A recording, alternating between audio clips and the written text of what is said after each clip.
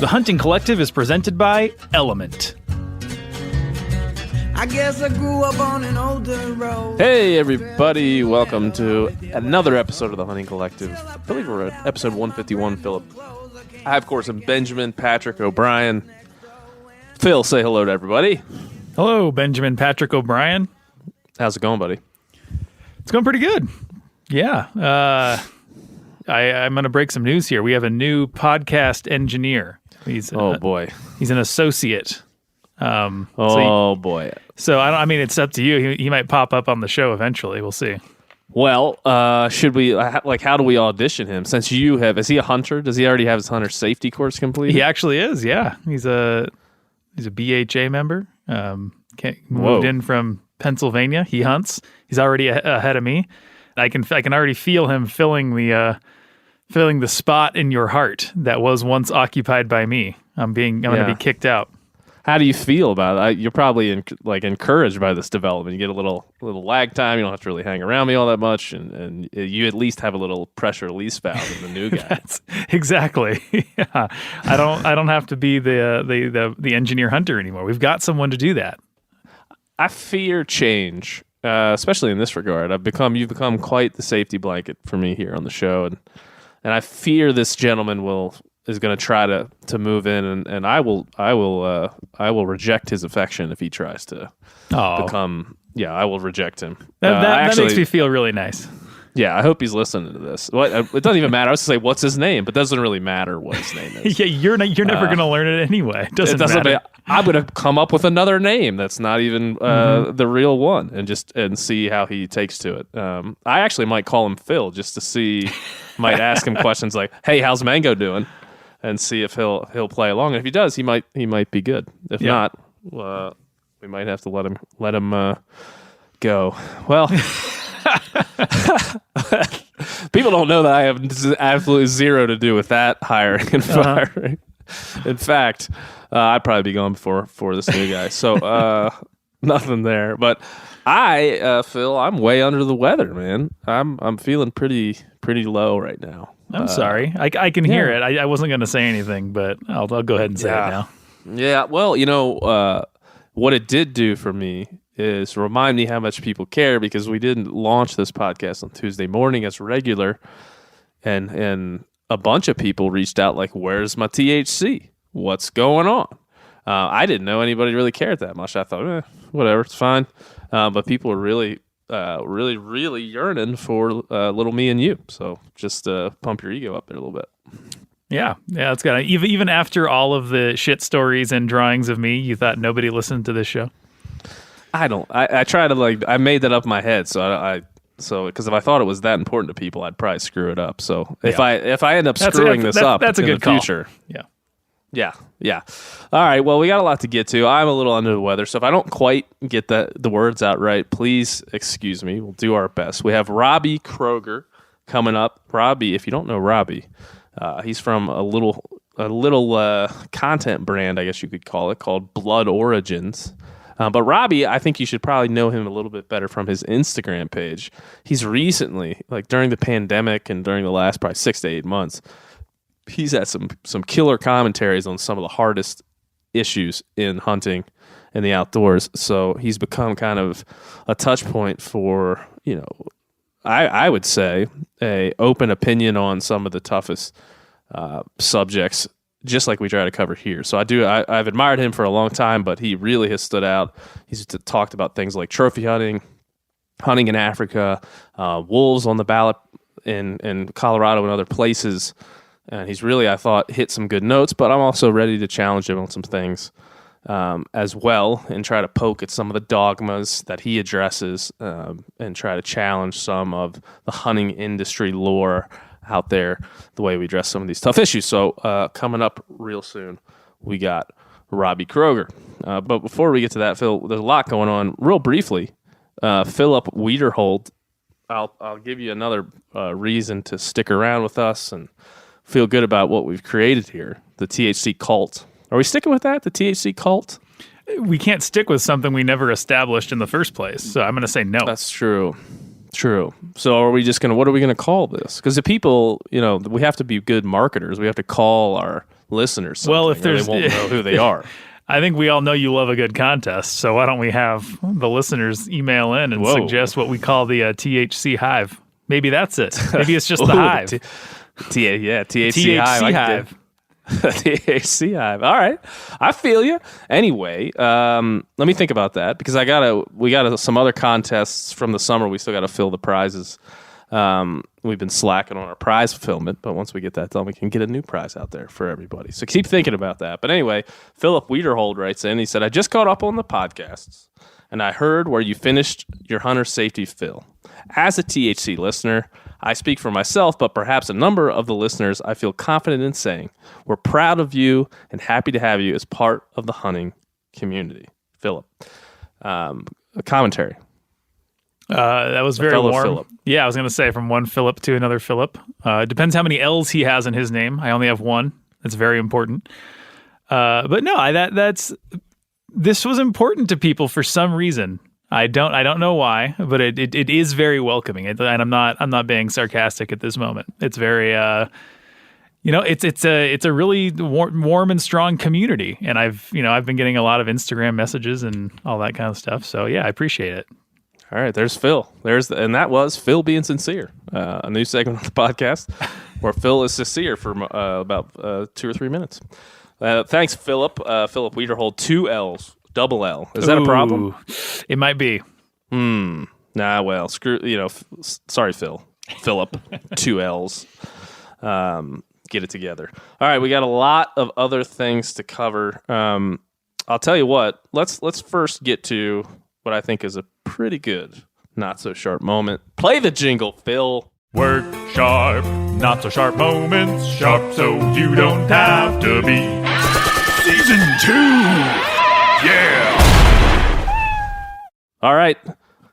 I will say, Phil, since we have laid down the law, since we have told everybody out there that we are not going to stand any more shit stories, they have listened. They have listened very well. And I haven't received but one maybe shit story in the last couple of weeks. So I think everybody understands the way that you feel. Well, I laid down the law, and people could tell I was very serious. So yeah, Sheriff Phil, Dr. Clawley or whatever the hell you were. Doc Clawley, that's right. Doc Clawley, laying down the law. All right, Dr. Phil. Let's see what we got here. This one is from Keaton Quinn. He says, long-time listener, first-time emailer. Now, this story is not so much a singular not-so-sharp moment, but rather a series of not-so-sharp moments that happened on opening weekend of Mule Deer back in October. My girlfriend and I had about 4 weekends straight scouting the perfect high mountain mule deer spot in the backcountry. We had everything dialed in and knew we could see some big bucks on the opening weekend. We drug our buddy out to come with us, and we hiked up a steep 3,000-foot elevation gain to our remote hunting spot. That is a hike, a real hike, 3,000 feet. We set up this Seek Outside teepee and stove, and to keep us warm during the cold nights. Now, Phil, are you familiar with the teepee, the Seek Outside teepee and stove? I've heard you talk about it, but I have not seen it in action. So if you want to maybe describe it quickly, it's a tarp-like outer shell that just literally stakes into the ground in a teepee form. There's no floor, and then there's a nice little packable portable stove that goes up, and there's a little chimney that goes out the top of that teepee. It's one of the, in fact, I was in one this last weekend, and it's one of those things that a lot of hunters in the backcountry are beginning to love, and Kevin and Angie Tim, the owners of Seek Outside, are badass individuals as well, big-time BHA members. The new Phil would probably like them. So shout out to new Phil. You're not welcome here at the show. Okay, we set up the Seek Outside teepee and stove to keep us warm during those cold nights. Now the first not-so-sharp moment occurred during that night. I slept closest to the stove so I could feed it while we were sleeping. And during the middle of the night, I must have rolled a little too close to the stove. I brushed up against it in my down sleeping bag, and all of a sudden we woke up to the smell of burnt goose feathers, a bunch of smoke, and down feathers floating everywhere.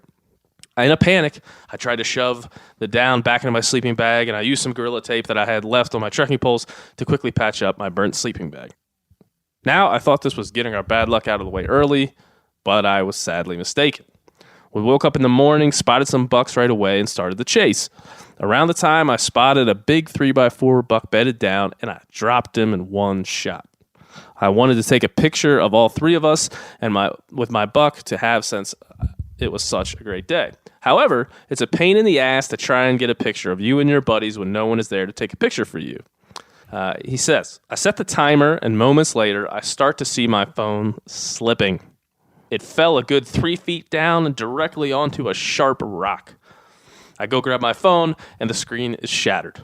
I was so stoked on my buck, though, I didn't even care that much about my screen. I slid it in the top of my bino harness, not even thinking that maybe I should put it into my pack. We started breaking down the buck quickly, and since it looked like bad weather was coming in. It wasn't very long that the rain and snow piled up and started to dump.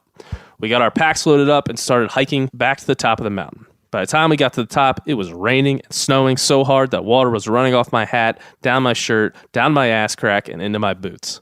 It was the worst feeling in the world. We tied the game bags to a tree, leaving them for tomorrow's trip back to the truck. At this point, I noticed that my phone was exposed to the rain and snow this entire time, since it had been strapped on the top of my bino harness. All the rain and snow seeped into my cracked screen, and my once working phone, with just a shattered screen, was completely destroyed. Now, you could say I was pretty bummed, especially now I couldn't use my Onyx to make sure we picked the right finger ridge to get back to our camp in the snowstorm with close to zero visibility. Luckily, we dropped down the correct finger ridge to our camp, which was 1,000 feet down.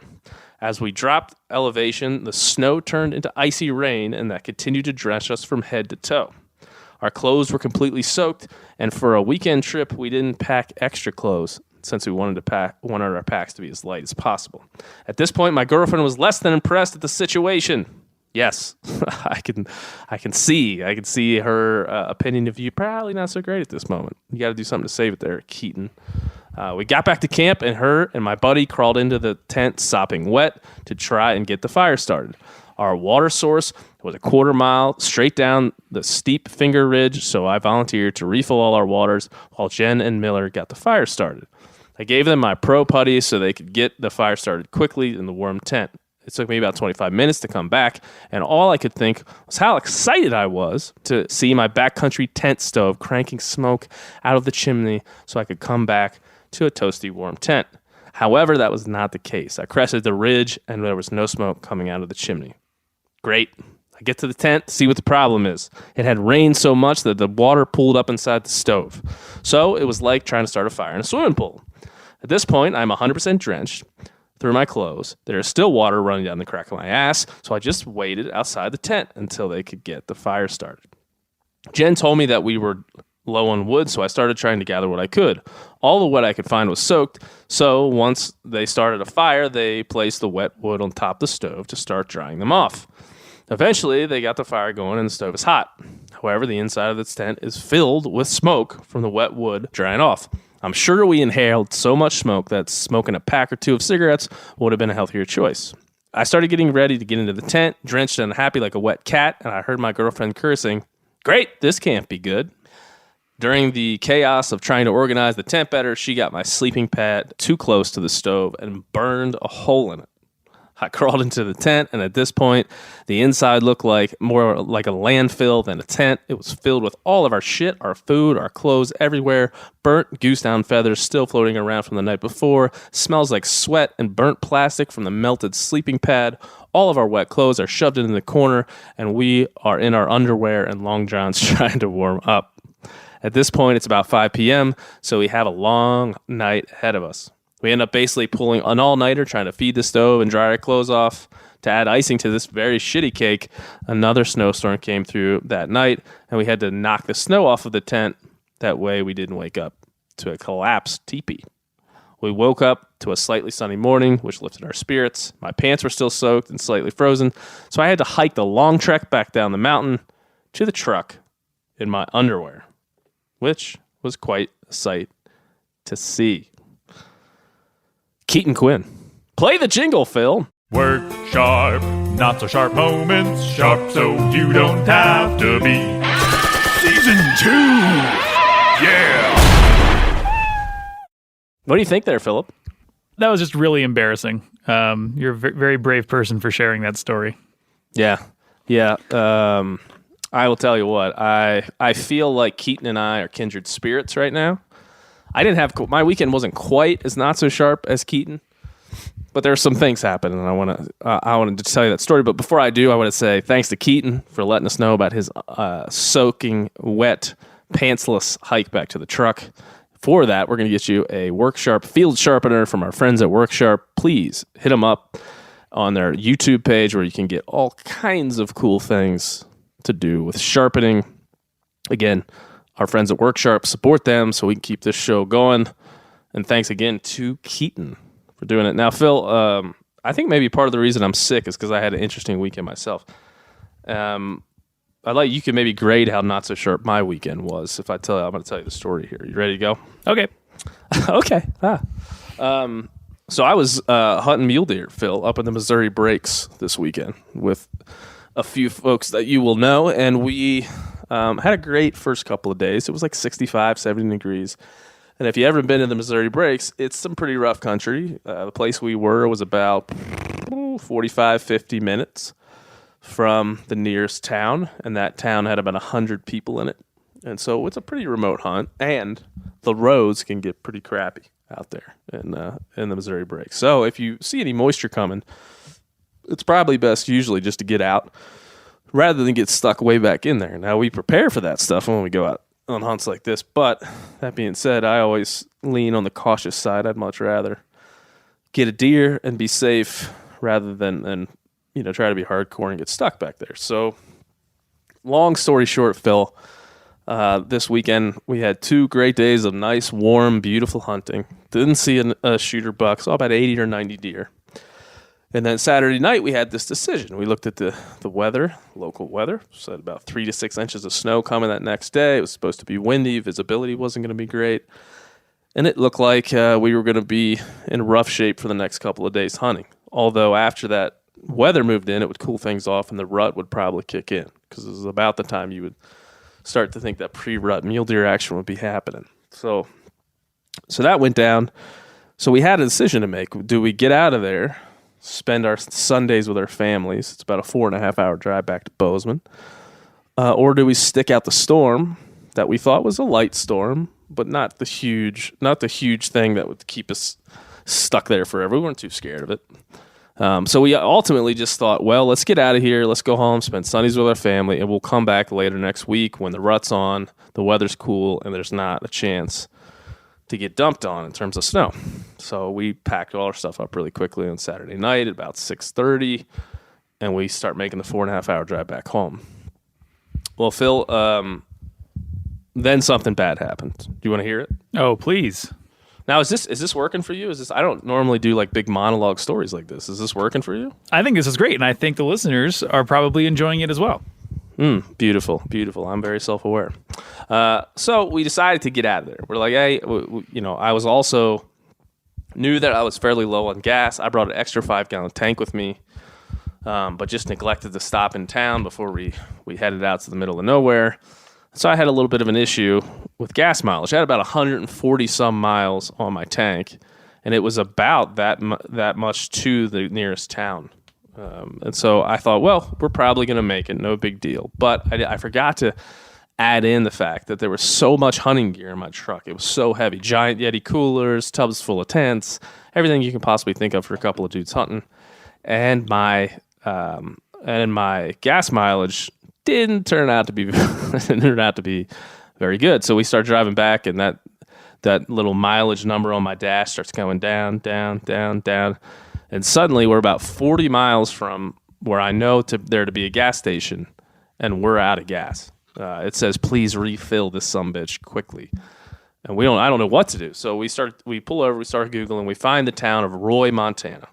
Have you ever been to Roy, Montana, Phil? I have not heard of Roy, Montana. Not surprised, because it's only got 119 people. Okay. It's one of those towns that has like an American Legion, a gas station with a non-digital pump from like 1980. Yeah. And a couple of hay barns and some trailers. That's pretty much the town of Roy, Montana. Well, this is our only hope at this point. I'm thinking, trying to get in front of this storm. That wasn't really in our minds at this point, but we got to get some gas because we're going to be stuck out here. So we drive around the little town of Roy, Montana. We find an American Legion that's open. We go in there, and we go to the bartender. She's a nice older lady, and we say, hey, we have no gas. Is there anybody in town that can get us a little bit of gas to get us to the next spot? She says, yeah, sure, there is. Her name is Jolene, and she will introduce herself to you as a crazy psycho bitch. That's it. I said, huh? And she said, yeah. She introduces herself as crazy psycho bitch, but she has a gas station right down the street here. She'll fill you up. And I just said, oh, cool. What kind of beer does she drink? And she said, oh, Miller Lite. So we got a couple of Miller Lights. And then we decided we had to make it over there and meet Jolene. I was a little bit nervous. When somebody pretty much labels himself a crazy psycho bitch right off in a town like Roy, Montana, you know it must be true because that's not a place where rumors can really spread all that much. So here we are counting on Jolene, the crazy psycho bitch. So we go over there. We go to this it's a tiny little gas station. It's full of like all kinds of ranching parts and tractor supplies and stuff like that. There's a little gas pump out there. Like I said, literally it's not digital. It's literally has like the numbers that turn on the dial. She has to activate it. She shows up and immediately starts to tell us a story about her life. Now, I think I could write a song. I think John Prine could write a song about this Jolene way better than the song you guys all know called Jolene. She was a psycho bitch. She also described herself as she had a sex muffin grandfather that she was getting it on with. He was 75 years of age, and he was her sex muffin. Her son, she said, we asked about how her family was, and she said her son was an entrepreneur. But and I said, well, like what kind of stuff? She says he does some things around the way here, which I thought, well, I'm not going to ask what those things are. Yeah, I'd say in northern Montana that could go several directions. Yeah, you'll like this part. She had a cat named Mittens. Hey. And Mittens had apparently gone 15 miles north to the Missouri Breaks to another person's house and found her way back to the gas station twice in the last year or so. Wow. To Jolene's gas station. So we said she was a gas station angel. She's a raconteur. She's sex muffin grandmother. She's really just one of a kind. So she gave us pretty much her whole life story. I'm sure I'm forgetting some of the things. I felt like we were there for hours, like we were in some kind of time warp with Jolene. But Jolene really just gave us the gas. We were there for maybe 5 minutes. We learned about her entire life. She told us about all the elk that we might be able to hunt around there. So we got a little dope from Jolene for elk. And we were on our way. We were like, oh, man, Jolene, thank you so much. She was great. Got a couple of hugs from her. She wasn't really a psycho bitch at all, although when we first saw her inside the glass window of her gas station, we held the beers up to the window. She looked at us like she was going to kill us. So I just said, do you like Miller Lite? And she said, yes. And we said, we got cash. And she said, I figured. So the relationship blossomed from there, Phil. So that was Jolene. So we pushed forward into the night after we met Jolene. We were talking about on the way that we would write a song called Jolene about this wonderful town of Roy, Montana, and their psycho bitch queen, Jolene. As we were driving, now we got a call from our buddy Joe Ferranato, Jamie, formerly of this program. He was behind us. He said, "Hey man," he had decided to stay in camp while we left. He said, "Hey man, I'm right behind you." I said, "What's going on?" He said, "Well, we got a call from our buddy's dad who said there is a straight up blizzard coming, and it's coming right now." And he told us, get the hell out of camp, get to somewhere safe. It's a bad one. And he had also gotten pulled over by a cop who told him, get off the road. There's a bad blizzard coming. And at this point, we didn't know anything about that. We figured we're just driving home. We're beating the storm. The storm's not that bad. No big deal. 3 to 6 inches. Nothing for that part of the world. Well, we get going, and sure as shit does the blizzard get awful. Like we're going down a little spot called Judith Pass through a town called Judith Gap, and the snow starts blowing so damn thick, Phil, that we cannot see shit. Like we were literally going 3 miles an hour. I'm sticking my head out the window like a Labrador Retriever, like Mango might do, and I'm looking at the rumble strip in the middle of the road to see if we're actually on a road because I can't see in front of the hood of my truck, and I can't tell where the road starts and everything else ends. is just a whiteout, full whiteout. Anyway, Phil, I'd like to make a long story short. I feel like this is a long story, but to make it shorter, we got stranded, dude. We got stuck in the middle of nowhere at 11:30, 2 hours from home, 3 miles from the nearest town. We got stuck. We couldn't do anything. We couldn't see anything to move. We couldn't drive in any direction because I couldn't tell what was road and what wasn't. So we had to literally just park in the middle of the road and sit there and get pounded by the wind for hours. And we weren't sleeping because it's so damn loud outside. We were just basically stuck and marooned there. Felt like we were like lost at sea or something. And so a couple hours went by. Luckily for us, the snowplow comes inching past us. And we're able to kind of sneak out behind it and follow it back to the town of Judith Gap, sleep all night with the truck running in the gas station parking lot, which is incredibly uncomfortable. And we made it, Phil. We made it. But the next morning, we stayed in our trucks till about 8 a.m. Finally, the snow cleared enough for us to get out. There was an 8-foot snow drift behind my truck. We had to wait for somebody to come plow us out, and then we were able to slowly inch home once the roads were open. But that was my adventure, Phil. I just hear story after story on this show about people having just awful hunting experiences. Even if I have like a bad hunting experience, it'll feel good compared to all these stories that I've heard. Yeah, every once in a while you got to take a step back and see what direction you're headed. And we had, a whole thing about wounding game. Every week's a not so sharp moment. I'm telling this story. Maybe we should throw a few positive notes in there for you, Phil. For everybody, that would be great. I would appreciate that. Well, I hate to tell you, there's another story that many people sent me. Maybe it's because we're a Montana-based program, but I think also this is one of those things that seems like it should be illegal, but it is actually just an unethical hunt, and a few citations were issued. But let me tell you a little story about out of White Sulphur Springs. I'll tell you, it's something we should discuss and we should highlight, only because it's one of those things that a community of people were outraged and a lot of hunters messed up big time. Big time. It's as I'm reading off of KRTV News out of Great Falls. They say an incident occurred on October 25th involving about 100 hunters. Let me repeat that. 100 hunters. Phil, do you even know 100 people that you would go hunting with? Nope.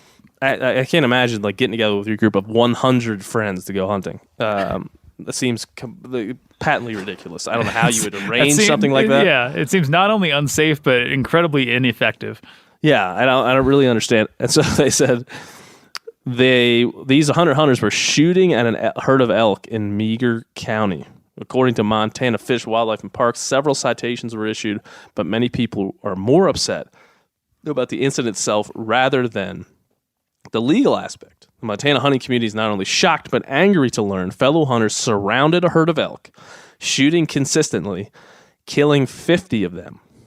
FWP says the incident occurred near White Sulphur Springs in a block management area, and FWP says it was legal, but perhaps not ethical. Now, a block management area, if you're not aware, Phil, is an area that's private land, but that they, as an arrangement with the state, to allow hunting based on some restriction. A lot of them have sign-in boxes where you can sign in. A lot of them have restrictions on what roads you can use, whatever. But it's a really cool thing that the state of Montana does to allow hunters access to private land in certain situations. Our buddy Greg Lemon, who's the FWP spokesperson, has been on the show before. He said, this is really one of those places where the line between doing what's legal and doing what's ethical is really troubling. It's one of the main commandments of hunter education. Phil will know this, is to know your target, what's beyond it, before you fire. When you're shooting at a herd of elk, that's hardly ever possible. One of the other commandments of hunter ed is to take good ethical shots. A lot of times when you have herd of elk running back and forth, hunters are going to be shooting. They have to be shooting at moving animals, which isn't frequently a high percentage shot and results in wounding. So while it might be legal, it's truly not ethical. He added, unethical actions by hunters in a circumstance like this gives hunting as an activity a real black eye. Lemon told the news station here that the online rumors that surfaced shortly after claiming that 30 to 40 elk went to waste were not true. Lemon said only one elk went unclaimed and 2 were confiscated due to hunting violations. All 3 of those elk went to a food bank. Lemon also noted that the majority of the response that he's seen to the event was similar to the FWP observation of the situation, meaning that a lot of hunters were real pissed off about this. A lot of people vented their frustrations, private landowners, and everything. And 50 elk were killed here. And one, like we said, 1 was unclaimed, 2 were confiscated. Those 3 elk that weren't taken were donated to a food bank.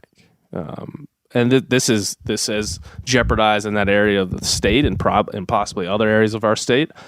Landowners like the Galt brothers, who own the famous Galt Ranch, are reviewing whether they should keep their block management areas, where they should keep their deal with the state to allow hunters onto their land.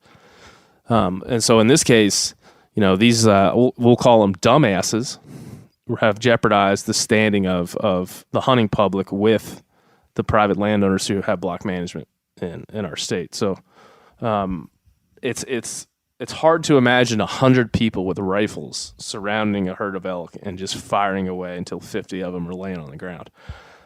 I can't imagine. I just can't imagine being a part of that and not just being sickened by the sight, by the action. But apparently there were 100 people somehow that were willing to take part in this. There was a few violations, but the citations were nothing very serious. Shooting from a road was one of them. Failed to properly validate a license, which probably meant you didn't sign it. And then using a license from another district. But these are only 3 of the 50 elk. So the other 47 elk were taken legally. So here's the thing where when I say, or somebody on this show or this company says, do what's legal, that it doesn't always track. It's not always something that we can count on. This was a legal situation, and 47 legal elk are dead and probably going to be eaten by, well, who knows? We'll guess maybe they're going to eat a couple of these elk. Who knows what the point of this whole thing was? But here's an issue where ethics comes into play, as we often talk about on this program, and something that folks should be aware of. It's not surprising to people here that I would condemn something like this. I mean, obviously, it's borderline sick, and I'm not sure what the motivation was. I'd like to talk to these hunters and see what the hell is going on. But what's your perspective as a soon-to-be hunter when you hear something like this, Phil? I don't know. I mean, you summed it up pretty well. Yeah, it's something that the non-hunting or even anti-hunting community will latch onto and spread, and it really does affect the public perception of all hunters when something like this happens. It's really selfish, and I mean, even putting the motivation aside, which like you said before, like even you thinking about yourself in this situation makes you sick. Like just putting that aside because it was legal. It's just a large scale event like this is not good for the community. Yeah, it's tough. We always ride the line of nobody wants to be holier than thou, tell people what to do and not to do. But in this case, it's really, really easy to understand why this isn't right or good, and why we have to push back on this as a hunting community. Whether somebody takes a certain type of photo or whether somebody looks a certain way on social media is more of a preference thing, I think, and more of a taste thing. But this is an objectively unethical act, and I just wanted to highlight it because the gray area between those folks who said, and I've seen a lot of people say this, and a couple people emailed in to ask this question, hey, if we say just do what's legal, aren't we opening a can of worms that looks just about like this one? And what do I do if I'm around somebody who does something legal that I think is unethical? I don't think I have an answer for that particular question, but I will tell you that something this egregious wouldn't go unnoticed if I was around, and so it's a shame. It's shameful. So we'll keep you updated. We'll maybe shoot a note to Greg Lemon and have him answer some of the questions and some of the emails that wrote in about this situation, and appreciate everybody hanging in there for a local story that I think has implications for hunting ethics across the board. And so now we're going to go to our good friend Robbie Kroger from Blood Origins. We're going to talk about this and many other things. He really wants to be, and I think is becoming the voice for hunters and why we do what we do, much like this program tries to achieve. So I'd love to have him in the landscape. You're going to enjoy Robbie Kroger.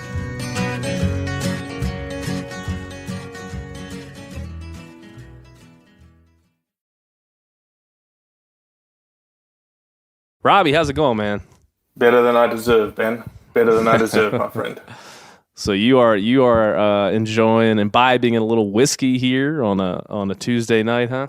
Yep, we restocked this weekend. We were fully out of whiskey. I was down to some crazy bourbon moonshine that my doctor gave me. Since I live in Mississippi, we get given those kinds of things.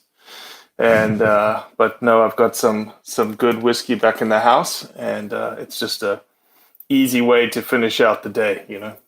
Yeah. Well, I was just telling you, and everybody that's listening already knows, I've been under the weather after getting stuck in a blizzard, and I came back, and I have been pretty much had an IV connected with hot toddies going on. So I can't really complain about being under the weather when it's Netflix and hot toddies. You know, I wonder how much nowadays kids, I remember I don't even know how young I was, that mom and dad would give us a whiskey with honey and lemon heated up. We must have been 13, 14 when we felt bad, you know? Yeah, that's the hot toddy, man. Yeah, whiskey, honey, lemon juice. Put a cinnamon stick in there if you're getting real fancy, which I do not. We did not have fancy cinnamon sticks in Africa. Sorry, bud.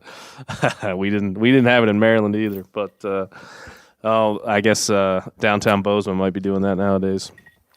Well, it's good to have you drink a little whiskey. We're just gonna beat around the hunting industry and everything that you've done. You've done a lot of amazing things. I appreciate that. Yeah, and I want to start by saying, the stuff you've been doing on Instagram, particularly the videos where you have kind of taken on initially the why of hunting with your Blood Origins series, but I think more recently, especially I believe just kind of during the pandemic, but you can correct me if I'm wrong, you've had a lot of videos where you just kind of set the camera up and you're talking about these super complicated, really important topics. And I got to tell you, almost every time I watch it, I feel like you hit the nail directly on the head. Well, I appreciate that. Yeah. And I know there's a comedian, I don't know if you're familiar with the comedian Andrew Schultz. I'm not. I'll look him up. Yeah, look him up. It feels very parallel. He started doing a bunch of social comedy during the pandemic on his Instagram channel. It became hugely popular, millions and millions of views, and it kind of set the tone for the time. Like, what are we saying? Who's talking about what issues? And I feel similar to what you've done on your Instagram over there at Blood Origins. So good on you for wading into these topics, man. Well, I appreciate it. You know, it's, as I said to you over Instagram, I may be the talking head that gets up there on a Sunday now and talks about a current event. But really, this isn't Robbie Kroger saying, hey, this is Robbie Kroger, right? This is Robbie Kroger just being the spearhead, essentially, to what we're trying to do in Blood Origins, which is really just expose and convey the truth around hunting. And there's a lot of things happening on a weekly basis that are just not truthful. And I was just like, man, this is ridiculous. And I thought, well, why don't we just do a very simple talking head, do a little bit of editing on it, and speak from your heart, show that you're authentic, show that it's not scripted, and just tackle these really complicated topics and try and break them down into their simplest components so that people can understand it. And really, the talking head is for anyone listening to it to really take those kernels of information, those seeds, and plant them in their brain so that when the topic of conversation comes up through their social media feeds, through bar conversations, through the coffee shop grapevine, that they're like, oh, I know a little bit about that topic.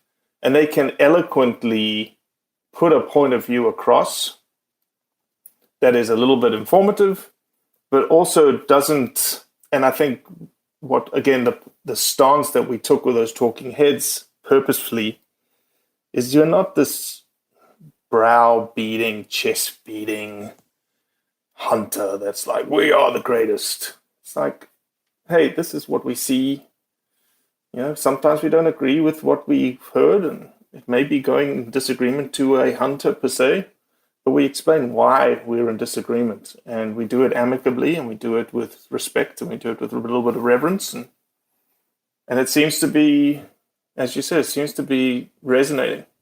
Yeah, it's working too, and I know it takes some level of bravery to jump right into some of these topics, my man. Like I've been there. I get beat around a lot. There's been some pucker factor on some of those videos. I'll tell you what, man. Any video that I do about wolves, oh my gosh, I'm just like, I tell my wife, I'm like, hey, I'm about to do a wolf video, and I'm like, there's a bunch of crazies out there that if they just get a hold of the video, we may be in for a world of hurt. But again, we try to put it in such a way that, you're not really offending anyone, either on the left or the right. You're just essentially pointing out the truth that sits in the middle.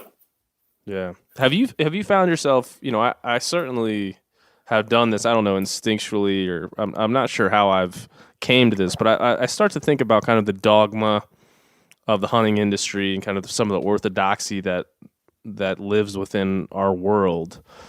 I like to push on that a little bit, and I have in some ways, and I know you are. Mm-hmm. Have you gotten pushback from inside the hunting space for taking some of these stances? What do you feel like, is generally the reaction from your peers within hunting or the audience of Blood Origins? It's probably better. It's a super interesting question because I would have expected a lot more. And the reason why I don't think we've had more of it is that, again, I'm not expressing. Blood Origins is not a personal page for Robbie Kroger. That's not the point of Blood Origins. The point of Blood Origins is to convey the truth around hunting for everyone, for us, for our community. And as such, when I put forth a piece of information, a piece of content that I may happen to be talking about, it's not my opinion. It's really this thing that I don't know if it's my opinion. It's my perspective on this topic. And I come at it very neutrally. And what I've found is because I've come at it neutrally, 99% of the comments are respectful and 99% of the comments are in favor and positive. However, the 1% that does seem to, get up a little of their hackles and push back on me, I think what is becoming the norm in our social media space, especially in the hunting space, is that when someone says something that's against the grain of what the piece of content is saying, people automatically jump on the comment. Instead of saying, man, I appreciate that point of view. I appreciate the perspective. Let me push a little bit on your perspective. I want to know a little bit more about your perspective. And then they get to push back on you at the same time. And what you're creating is this intellectual dialogue that is amicable and respectful. Then I cannot tell you, I could probably count on my hands the times that that's happened. Maybe half a dozen times, maybe a dozen times. Every single time that person has slid into my DMs and said, hey, I don't mean to be an arsehole. I love your stuff. I'm not trying to be an arsehole. And I say, you're not. I appreciate you pushing a little bit. I appreciate you thinking a little bit, because that's what's missing is people don't sit back and think anymore. They just accept. Well, just stop for a second and think on a specific topic or a specific viewpoint and try to understand it a little bit more. That's where I think we're winning. And we're winning across the board. We pride ourselves on, we're not in it for the ROI. We're not in it for the engagement. We're not in it for the followers. We're not in it for the likes. And so when people say, well, what's your engagement? I say, well, I don't care.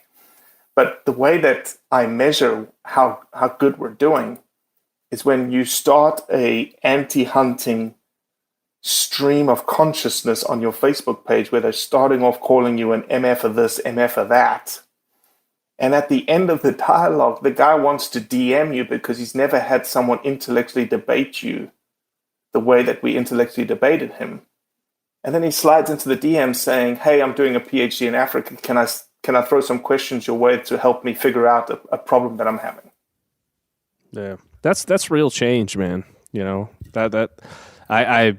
we've had so many conversations on this program where we tend to bang on social media pretty heavily, and for good reason many times. But what you're saying, I think, just denotes that there are real changes that can occur. And I would agree with you. My experience is that when you really engage someone respectfully, even if they don't respect you in the initial commentary, most of the time they'll admit to just wanting to get your attention. And I think then it'll grow into something a bit more than that. So I appreciate generally the positive outlook there. And again, I mean, you know, someone has to do it. And when I say bravery, I mean it, because, you know, to walk into the issue of wolves, you know, at the moment that you did here last week on your social media, where people, you know, the vote just went down, and people, it's, you know, it's kind of at its heightened sense. Everybody has their hackles up, as you say. So I want to talk about what Blood Origins is and go through that. But I think, just because it's on the tip of my tongue, your video, and folks can go to @Blood Origins and see it, but the video, your commentary about the ballot initiative on wolves, can you just give us a rundown of what you presented there? Yeah, so, you know, we try to be current with our talking heads. So this Sunday, I was like, I was getting pushed. Well, you should do something around the elections. And I was like, we don't touch politics with a 10-foot pole. And people were like, you have to, Robbie, this is for the the good of the country. I said, no, I don't, because hunters are blue and red. Hunters are purple as well. So I'm going to address everyone. We are for hunters. So 114 got voted on in Colorado, and that should already be sort of giving you sirens or ringing any bells in your brains, because no wildlife management decision should ever be left up to the public perception. It should never be left up for the public ballot. But that's what happened with wolves, in that I don't know the actual legal mechanisms and how much it took, but obviously a petition went around. They had to get a certain number of signatures in that petition.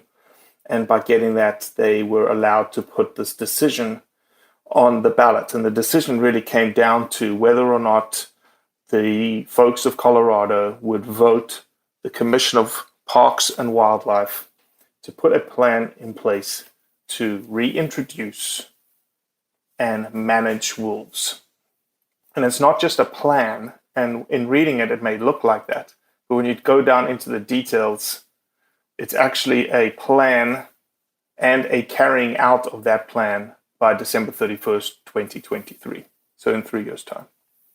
They have to do a bunch of things. They have to address the public, which is where the key points of hunters and hunting and ranching are going to have to be seen, and they're going to have to be heard, and they're going to have to be addressed. That's part of the plan. They have to address public comment.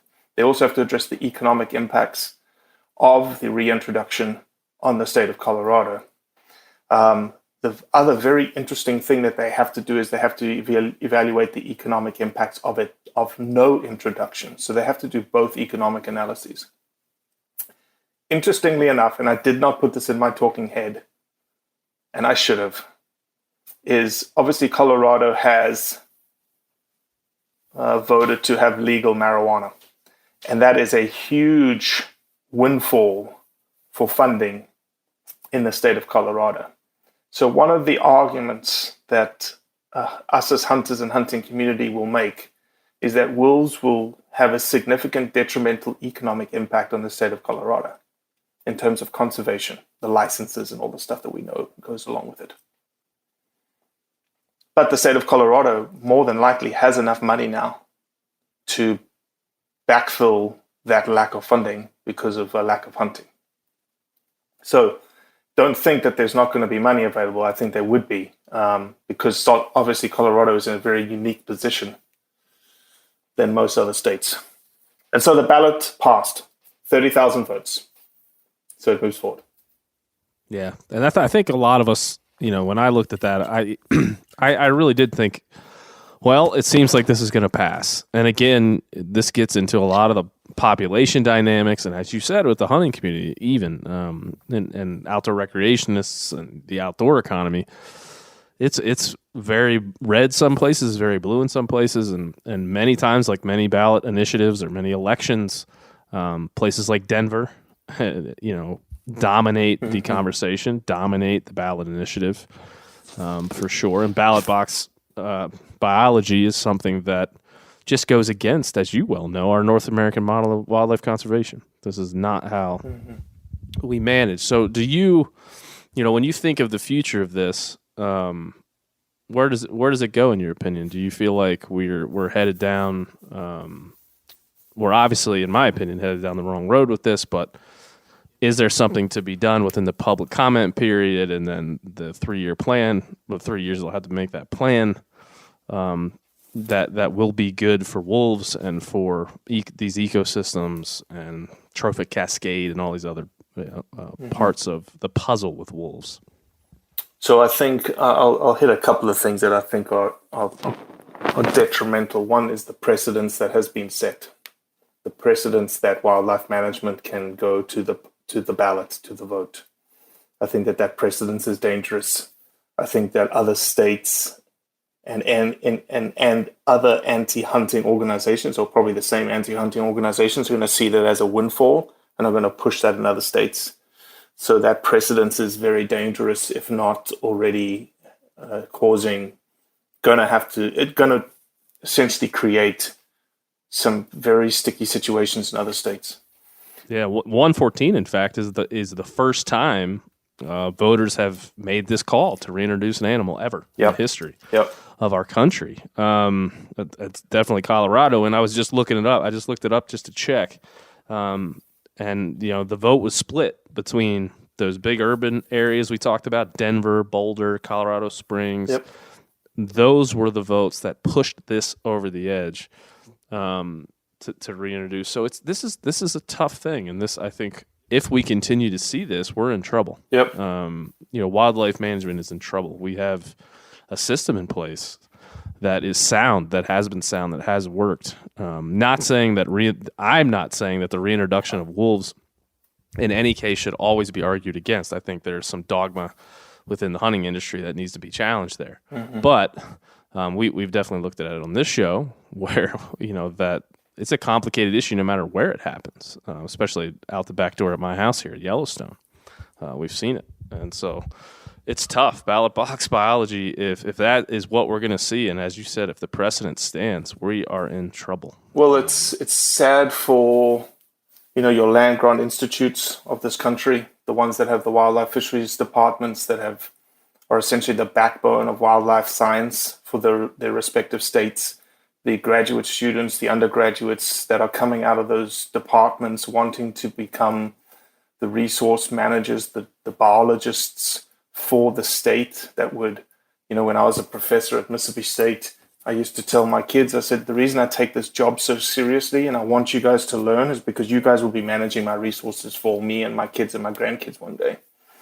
Well, that job, that idea of being in charge of resources has essentially been stripped from them and has been turned over to people who wouldn't ever interact essentially in that landscape. You talked about the urban populace driving home the vote. Well, that's not where the wolves are going to go. They're going to go west of the Continental Divide.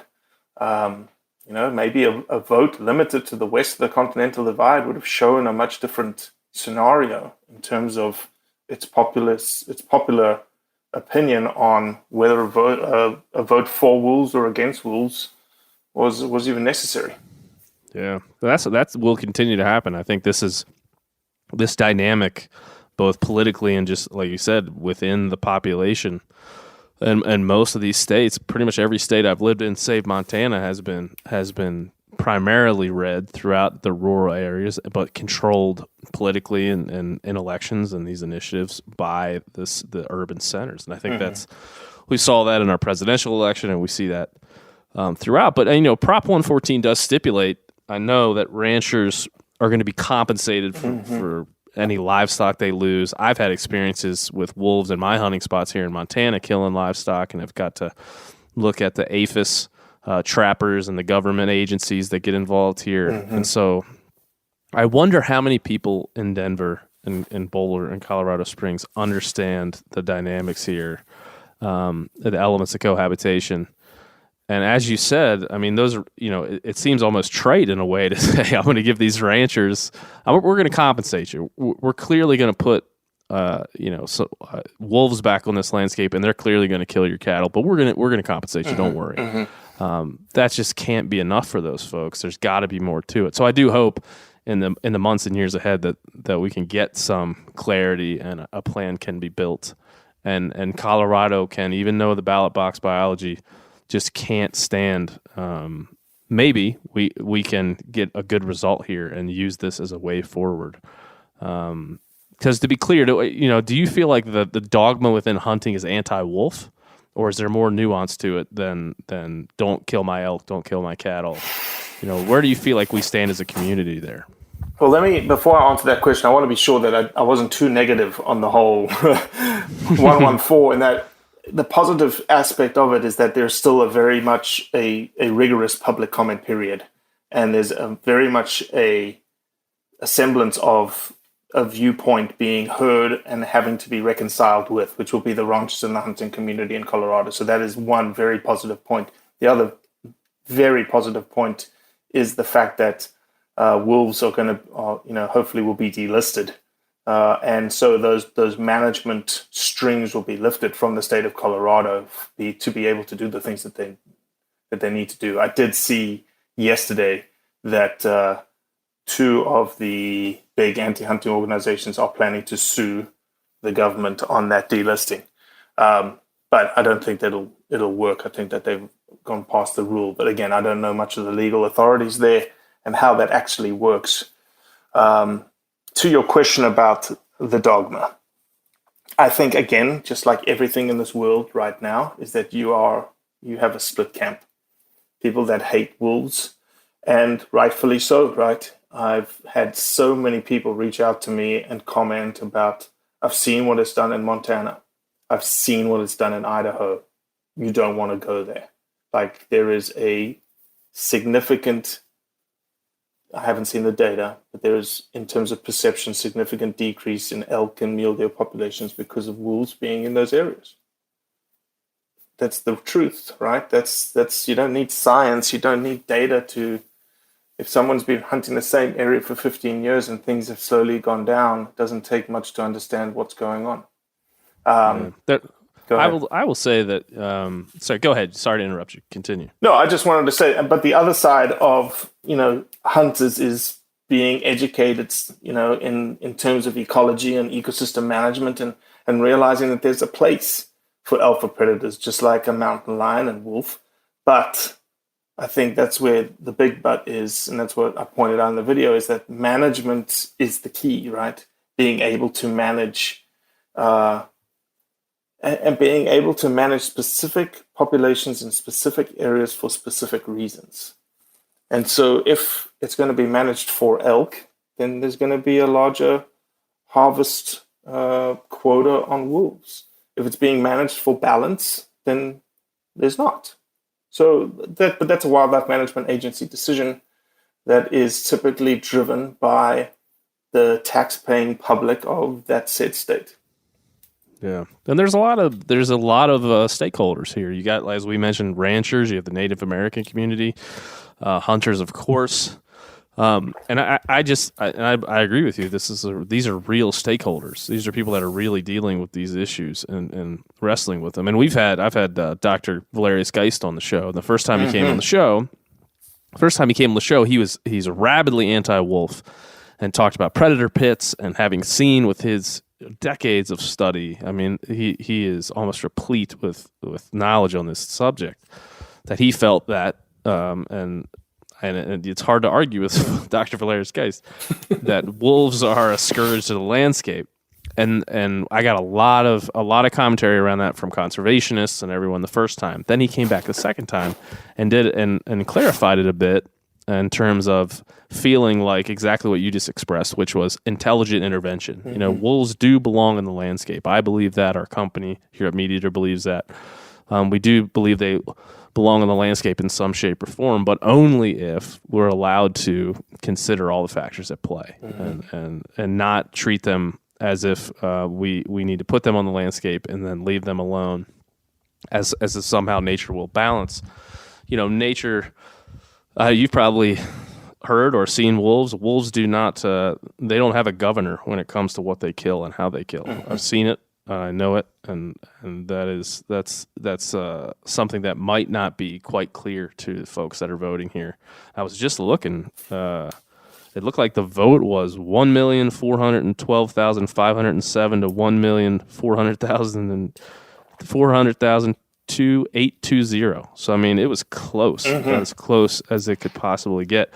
Which, to your earlier point, man, maybe that just shows where we are as a country. We're pretty damn divided on almost everything. 100%. Yeah. So it's crazy. But this reminds me too of another thing you've talked about, and I know we mentioned anti-hunters.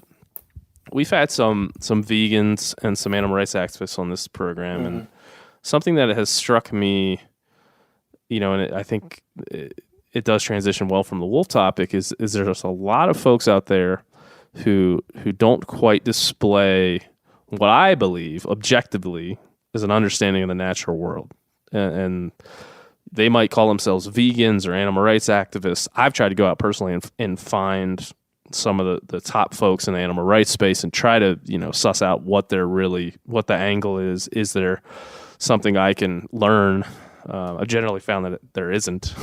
It's been tough and kind of funny sometimes, but compelling nonetheless, dude. So you've discussed this. You've thought about this. Blood Origins is something that discusses the why of hunters through other people's perspectives, but also, like you said, you've turned to these other issues. Do you feel that the anti-hunting movement itself it's not a monolith, but how would you describe anti-hunting as a thought process and something that you would address, to your followers or to anybody who would listen on Instagram? It's a good question, and I'll answer it this way. Anti-hunters are like hunters. They're very much a minority, but they don't sound like a minority. They sound very, very loud. And the reason they sound loud is because they have a bunch of celebrity mouthpieces that somehow have hooked into the rhetoric. And my biggest pet peeve in this world right now is that people can see hunting dying all over the world. And we have celebrities ourselves that hunt. And you will be surprised, Ben, of the celebrities that hunt. The biggest names out there hunt. But are they willing to say something about it? No. Because it's not cool. But how about, we try and make it cool. How about they say something that's a little bit less, I go out and kill something. Rather it's, hey, this is why I go do it, which is the whole point of Blood Origins. Well, all of a sudden then we can have our own army and our own cheerleading squad or our celebrity mouthpieces. Anyway, I divulged from what you were saying, but I say this. It's the whiskey. It's the whiskey. I'll say this. This is what I'll say. If an anti-hunter comes on and starts running rhetoric, we typically give them 2 strikes or 3 strikes. We'll try and be even killed in the response. If they still don't understand, they don't choose to understand it and choose to listen, we'll do it again and we'll do it again. After that, we're done. We'll delete the post or we'll ban the person, whatever it is. Because at the end of the day, when it comes down to voting, when it comes down to the ballot boxes, there is a set of anti-hunters on the left, there's a set of hunters on the right, and let's just call it 20%, 20%. We know it's not that, but it could be 20-20, and there's a 60% block in the middle. And it's the 60% block in the middle that is keeping us and our lifestyle in play. And that's pretty much general across the world. And that's who we speak with. That's who we need to talk with. That is the people that we need to convince. And here's the the critical thing about the 60% that I believe is also true. The 60% is willing to reason. The 60% has a little bit more intellect to them and is willing to listen. And they also have a very, very, very good bullshit meter. And they can tell when you're being authentic, when you're being genuine, or when you're just flat out, lying. And they'll poke questions at you to test you. So that's our approach. It's worked thus far. It seems to be working in our social media spaces. And that's what we're gonna do. And I think, again, the type of content that we create at Blood Origins is very gray content. It's very even-keeled content. It's very digestible content specifically to that 60%, because that's what we built Blood Origins for. We didn't build it for you and me as a hunter. Yes, hunters are getting something out of it. They're watching us. And again, that's the other thing that's blown my mind, is how many people are watching us. They don't necessarily follow us, but they watch us. I think you're one of them. You watch us. You see what we do. It comes across your feed in certain places. And people watch how we interact with people. They watch our rhetoric. They watch our narrative. And I think that is the most important thing that is coming across to people, is that there's a new way to tackle issues, and a new way to speak, and a new way to portray things, and a new storyline. And it seems to resonate. Yeah, it resonates with me. I'm a fan of it. I think that, I'm proud to be a part of what I would deem just a new space in the hunting world where we can do these things. And I'm proud to have folks like you and Modern Huntsman. And I mean, I could go down the list of all the people that I think are really deliberate about this stuff and are proud of it. Mm-hmm. And I think that is a huge part of it. And one thing we talk about here a lot, and I'd love to hear your take on this because I know you'll have a good one, is that what do you think the question is? If you talk about that 60%, if you could boil down the one question they have for us as hunters, what would that question be? I know that's probably a tough one to boil down, but is there something that a refrain you've heard from agnostic individuals in this case?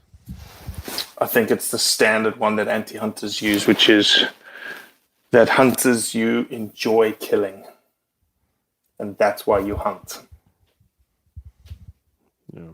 That to me, feel like that's a stronger piece of rhetoric. Like, there's no rhetoric that we have that's pro hunting that's as strong as that is in the anti sense.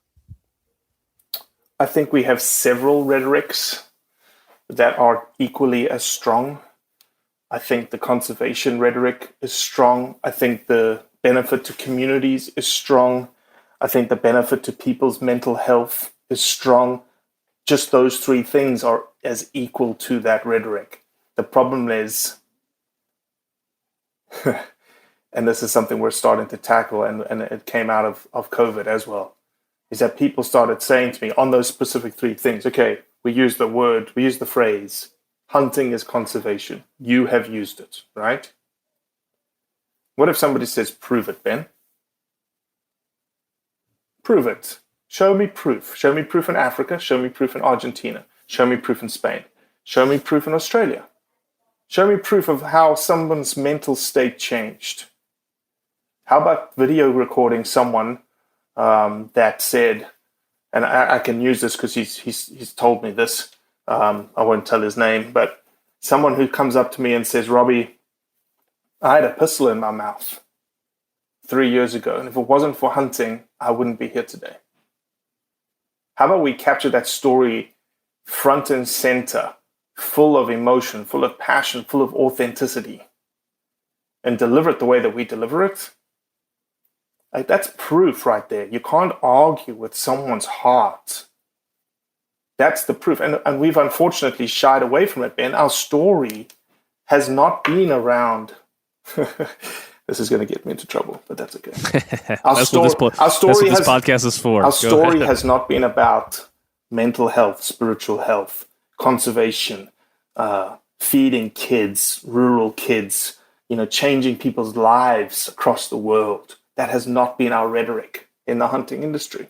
The rhetoric in the hunting industry is how quickly can we kill something, with the industry marketing beast mentality stuff. That's what we focused on in the last 25 years. And there's why would you question where we've landed today when someone's rhetoric against us is hunting is all about killing? Okay, I get it. When I look at everything, I get why you say that. Didn't we just fall right into that trap? Are we still falling into it? That's a hard thing to measure. But I can tell you, when I was a kid, that's what I saw, and that's what the media was, and that's what was presented to me as a young man was Realtree monster bucks. No offense to Realtree, but 25 kills in 25 minutes or whatever they would do. And it was all big bucks all the time, and that's what would get you acclaim. And that's kind of, that became a bedrock of the hunting culture. And so when the anti-hunter said, you're all about killing, it's all about ego, it's all about the game, like winning the game, like quality of hunting, getting the high score in the video game of hunting. They weren't wrong about that, right? I mean, from your perspective, you grew up in an entirely different place, but did you see that from a young age, or did you? Oh, no, because I didn't grow up around hunting. I grew up in Right. a city like Los Angeles, Johannesburg, South Africa, 8.5 million people. So if you had asked me as a 17-year-old what hunting was, one, I couldn't have told you because I wasn't exposed to it, which is almost the reason why I built Blood Origins, because of that non-exposure. And two, I didn't have a perspective on it. I was in that 60% bracket, just like my wife here in America. My wife didn't have a perspective on hunting. She didn't care about hunting. But she did care when something came front and center about hunting, which skewed her perspective on what hunters are and who and what they represent. Yeah. Well, I'd love to. We should hit on your story, because I've seen some of the content you made about your own story, and I'll tell you, man. I remember when I first met you, I want to say it was at a trade show or something. Yeah. So many damn trade shows during my Yeti years, and I could just feel. I was like, I don't know who this guy is, but I can feel his passion. I don't know what he's gonna do with it, but it seems he's infectious. I'm not sure what direction he's going, but it's gonna be something. Well, I appreciate that. I knew it for sure.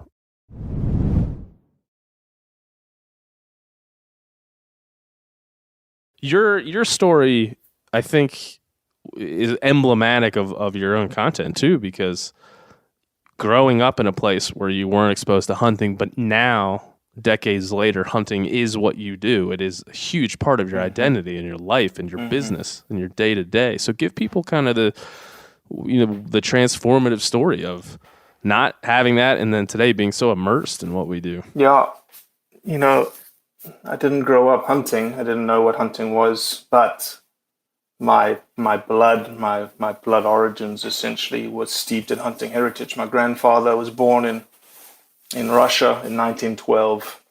As he said in one of his stories, he grew up in the two wildlife paradises that this world had to offer in the last century. One was northern China, sort of Mongolian steppe, Siberian taiga. He's the only person that I know. I'm not that well read, but he's the only person I know that's hunted pheasants, white-eared pheasants in Tibet. He hunted that in the 30s and 40s and went through multiple revolutions and world wars and whatnots, and then decided to move his entire family to Portuguese East Africa at the time in the 54, now Mozambique, and then lived the heyday of African hunting in the 60s and 70s until revolution hit there. My father grew up as a 16-year-old, as a teenager, really, in hunting camp with my grandfather. And then I guess, what's interesting is everyone talks about hunters are supposed to be the best storytellers in the world. And you would have thought sitting in Africa around a barbecue or braai, we call it, outside, and father there, grandfather there, they would have regaled us on stories of them, and their antics out in the bush. And we didn't get a single fireside story from my grandfather and my father growing up. And I think the reason is that they realized that paradise that they experienced was gone. It was gone out of Mozambique, and obviously in South Africa, it's very difficult to do because there's no public land, essentially. And so I just didn't get exposed to it, and there was nothing wrong with it. I didn't feel like I was missing out on anything. I've got a treasure trove of stories written by my grandfather, and I got trophies from my grandfather, and I've got a 270 Seiko that he used for plains game here in the States. Fast forward, I fell in love with swamps and wetlands as a 16-year-old and did a Bachelor of Science in Environmental Conservation Biology, a Master of Science in Wetland Ecology. Came to the States, to Mississippi actually, to study aquatic biogeochemistry as a PhD student. And Wait a minute. You went from Johannesburg, Mississippi? Yeah, so it's really funny. People, if I had $1 for every time someone said that, I'd be very rich today. Or at least I would have been able to, didn't have to get like 2 or 3 jobs as a PhD student in Oxford. But if you had asked me like where Mississippi was in the States, I couldn't have told you. I couldn't have told you it was a coastal state. I just knew New York was on the east, California was on the west, and Mississippi was somewhere in the middle. But yeah, it was all divine intervention in terms of how I landed here and who I worked under. And I got a PhD essentially in, as I said, aquatic biogeochemistry, but it was mainly tied with water quality and agriculture and wetlands. Met my wife in Oxford. She was doing a PhD in 18th century Gothic literature, so she's way more intelligent than I am. And Googles every day how she plans to kill me for a book, obviously. We just, and I just, at that time, I had some friends, some redneck friends, and, typical Mississippi, hey, you want to go hunting? I was like, yeah, I'd love to go hunting. And they're like, here's the gun, here's a launcher, sit under the tree. If something walks by, shoot it. And I was like, okay, sounds good. And I fell in love with it. I fell in love with the whole, camaraderie aspect of it. And there was a certain bloodlust associated with it, obviously, in the young age, because I was, 25 years old, experiencing what a 12-year-old boy in America typically goes through. And fell in love with it and finished my PhD, got a professorship at Mississippi State University, moved my family there.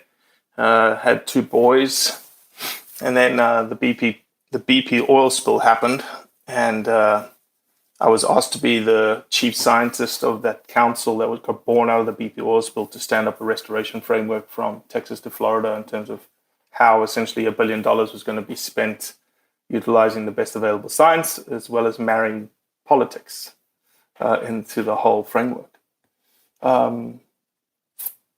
And so that's what landed me where I live today. I live in Bay St. Louis, Mississippi, and I work as the chief scientist for a small consulting company, essentially doing that work for the state of Mississippi. And in that time, I got more and more and more interested in hunting because as I was maturing, I had more resources. I got to know more people. And just the idea of hunting different things in different places started exciting me. And I also was raising 2 boys that I just really was keen on introducing them to what this thing was that I missed out on. And I think that's the crux of the matter, is that I was like, okay, I want my boys to know what it means to hunt. I want my boys to really think deeply about this exercise of hunting. And they could have easily fallen into the trap, and not that it's a bad trap, but your narrative of what you train the next generation of hunters is based on who you are and what you think about hunting. And if you don't think about hunting too deeply and you just think of it as a bloodlust and you're still in that space, then that's what you're going to, teach your kids, and that's how your kids are going to be raised. And again, I'm not downing that. I can't down that because I was there. And that's just part of hunting. And so at the time, I just started thinking more and more about it. And I was like, okay, I need to figure out this for myself. So I started looking around the space of, where can I get this information? Where can I hear from other hunters about, like, why do they do this? And I couldn't find it. Steven Ranello he had just hammered on MeatEater, I think, at the time. This was 5-6 years ago. And Shockey had just, I think, started Uncharted. Those are the only 2 really pieces out there that I could really feel. And the other thing I had also come into my faith at the same time, and I was really exploring my faith as a Christian. And there was this project. I don't know if you've heard of this project called I Am Second. And I Am Second is just this beautifully filmed testimonial project around famous people, unknown people, on their why, essentially. But it's a why of being a Christian. And it's just filmed beautifully. And it's short, and it pulls you in, and you resonate with the story. The one story that I watched the first, and I still recommend people go watch it today, is Josh Hamilton, the pitcher of the Texas Rangers. And I can still remember him in his interview saying he was, obviously, Josh Hamilton's story, both his parents died in a car accident that he was in, and he became a druggie and an alcoholic, and he was lying in bed. He was living with his grandmother at the time. He was lying in bed, and he was having this dream that he was fighting the devil, and he was just fighting, and he kept getting knocked down. He kept fighting back, and he just knew that he was never going to win. And he woke up, and he went and climbed into his grandmother's bed at 26 years old, saying, "Can I sleep with you tonight?" And it just was and I watched that, Ben, probably 9 years ago, and I still remember it. That's how much it impacted me. And I was like, man, I want that for hunting. I want people to resonate with people's stories, that they can see themselves in the story, they can feel that person's story, they can feel how authentic and genuine that story is. And so I decided to build it. I'm not a cinematographer. I have a vision for what I want. And as you figured out, I'm a pretty determined individual. Yeah.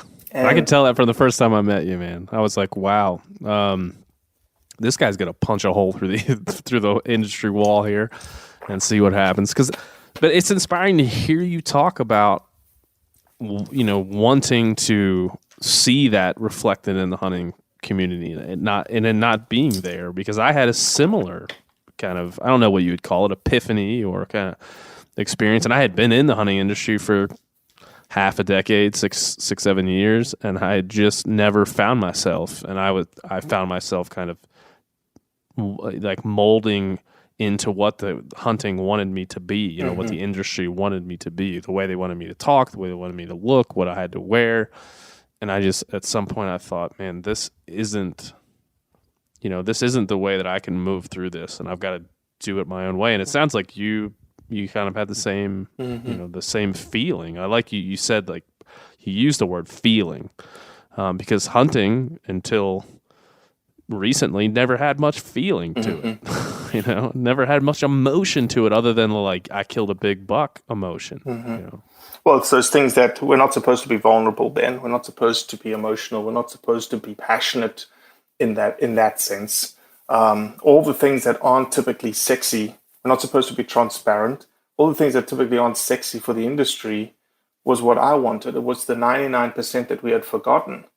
And honestly, it's again, I think the Lord's fingerprints on anything, but those initial years of me, when I met you at ATA and all the others, and I was just, like I said, okay, this is the way that I need to meet all these people, and I'm going to do the typical industry thing, and I'm going to get all these sponsorships, and that's how it's going to work. And because we were so new, it was almost like, and you can tell me if this is true or not, but I think it is true. It was because we were so new, everyone was like, oh, that's a great idea, but we've heard 1,000 of them, so sounds great.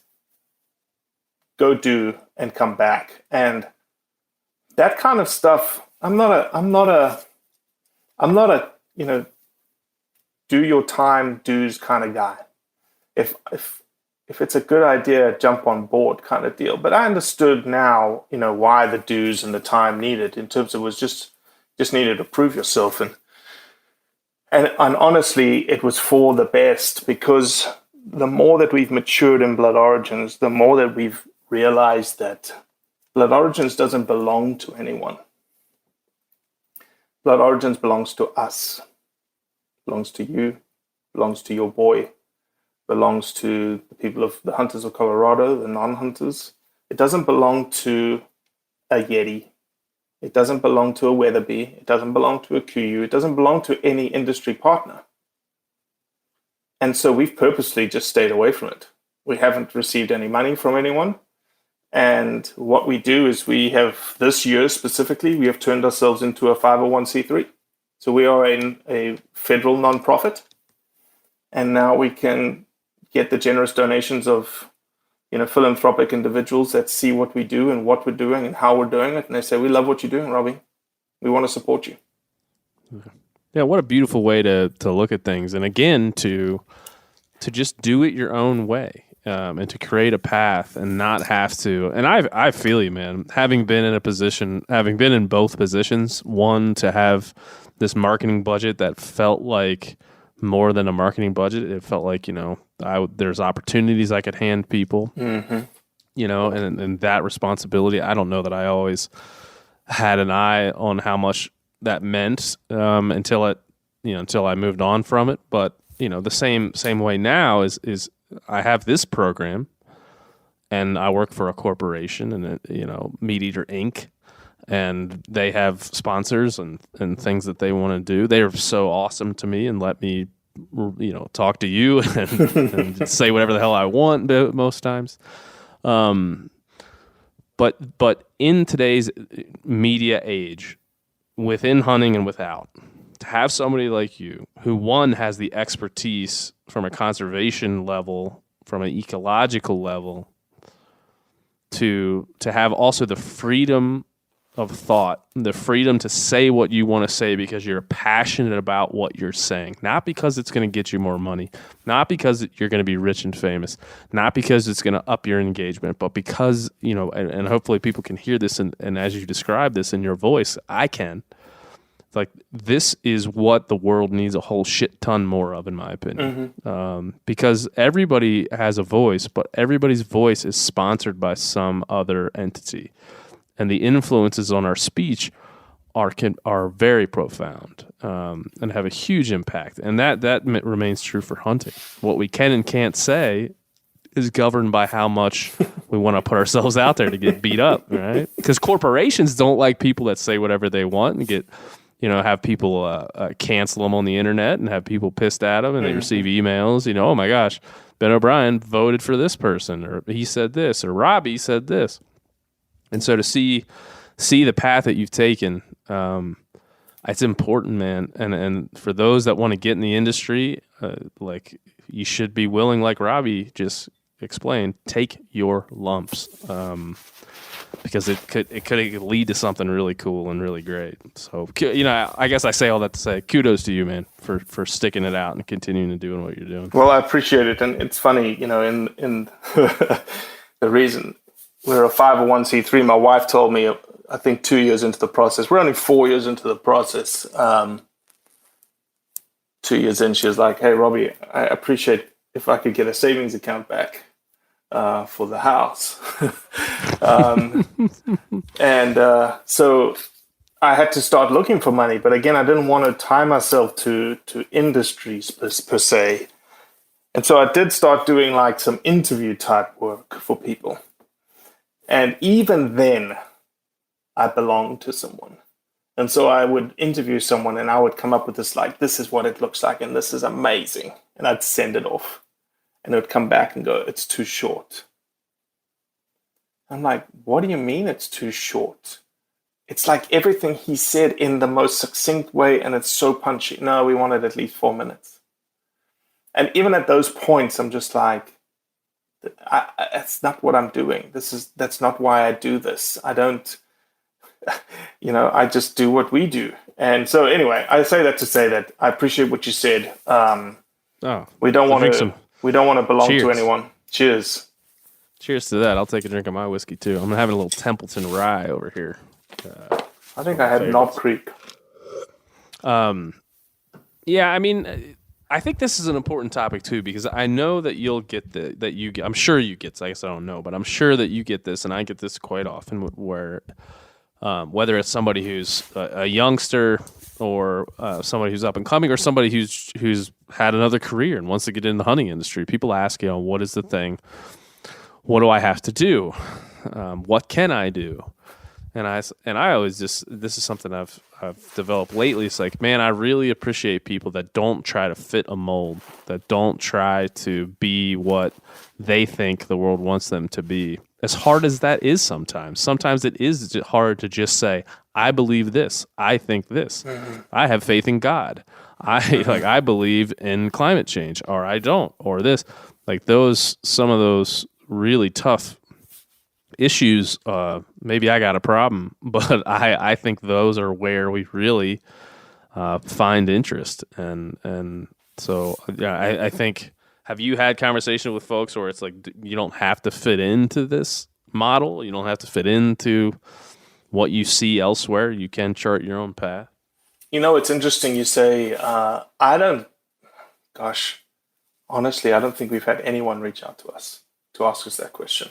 And I think the reason is that you've got to remember Blood Origins, though and I've said this to you a couple of times already, and I know I texted it to you, I'm just the guy pushing the stone up the mountain, Ben. This project is not about Robbie Kroger. And so I think that's the reason why we haven't had individuals come to me and say, how do I get into the industry? Because I don't think people see me as in the industry, quote unquote. I don't see myself as in the industry. All I see myself is a storyteller telling hunters' stories, the proof around hunting, the truth around hunting. And I don't want to tell my story. That's not the point. My story was episode 1, season 1. That's the last time you saw Robbie Kroger. From then on, it's been about us. So that's why I don't think we get the whole, how do I get in? What do I do? Kind of thing, because they see us as an entity, right? They see us as this sort of cloud, I guess, this organization, this platform that, and that's what we've done. And I think we are very flexible. We are very nimble. And I think that's where Blood Origins is at its best, is that we are able to tackle subjects that come up very, very quickly, like the tar situation in New Zealand. We were able to, and this is what I pride myself in. I think I have an ability to connect with people, and I have an ability to create relationships with people without them even speaking to me over the phone. And so when the tar situation occurred 3 days before the operational plan was to go into place, I had 3 or 4 conversations with very high-ranking individuals in the hunting industry in New Zealand about what the situation was and where it was going. I even got access to the draft operational plan that nobody in the United States could get their hands on. Now, let me say that again, nobody. You've got a South African living in the coast of Mississippi that was able to get the draft operational plan of the Department of Conservation in New Zealand. Nobody else could get it. And that's the beauty about Blood Origins, is we're building this relationship community around the world, that all we're doing is creating an opportunity for their voices to be heard. And that's where we're going. It's just this platform is just getting bigger and bigger and bigger. And this week, for instance, this is the culmination of a lot of work this week. But this week, on Monday, we dropped we call them This Is My Whys, and which is, I can't be everywhere and tell everyone's story the way that we like to tell it with Blood Origins. I just can't. But everyone has cell phones. Everyone has cameras all around the world. So why don't you just turn it on yourself and send me your video? And that's what we've done. And we've got very strict guidelines of what we do to make it look the way that we want. But Monday, we dropped a girl from Finland. Today, we dropped Ashley from New Zealand, who's a vegetarian that hunts. Tomorrow, we're dropping a knife maker from Victoria, Australia. Thursday, we're dropping a ferreter from the United Kingdom. And Friday, we're dropping a outstanding transplant Norwegian in the state of Wyoming. That's a tapestry, man. That's a quilt. But that's the tapestry of hunting, Ben. Nobody thinks about it. Nobody sees it. Nobody feels it. Now all of a sudden you're hearing these voices from around the world speaking your language. Somebody's sitting in backwoods Idaho listening to Ashley from New Zealand speak about hunting the way that he or she speaks about hunting. Or not speaks, thinks about hunting. Have you listened to a question that just strikes me? I didn't really think about asking you this, but it just strikes me in hearing you talk about this. I wonder, have you thought about it? We've broached the issue of gender and race and hunting on this podcast a few times. It's been fraught, as you would imagine. I always try to think of this as people want to see themselves reflected in hunting, and I think that's what you're describing here with your with that initiative. Have you thought about, female hunters, African American hunters? Have you thought about how it is we can move the football, I guess the football down the field, in this case the American football, how we can kind of improve how we think about, inclusivity in this diverse landscape of hunters? I think that their voices have to be heard. We purposely, from the get-go, I wanted diversity in Blood Origins. I wanted to show the diversity of ethnicity, religion, race, nationality. I think it just takes time to get that bubble out there. The industry, again, we backed ourselves into a corner. Not that it was, maybe you call it self-imposed, but I don't think anybody was purposely making it Midwest and white male as the face and thought, and this is what hunting's supposed to look like. It just happened. But, we've had African Americans on Blood Origins. We've got a phenomenal episode that's coming around Thanksgiving, which is an African American male out of Nashville, Tennessee, hunting for the first time. And he talks about himself as, hey, I'm not supposed to do this. I'm an urban African American. I'm not supposed to hunt. That's for white folks. But that's what he wants to do. Female hunters, the diversity of female hunters, not just pretty girls, but girls from all across, the entire spectrum. Lesbians, gays, they're all hunters. Democrats, Republicans, they're all hunters.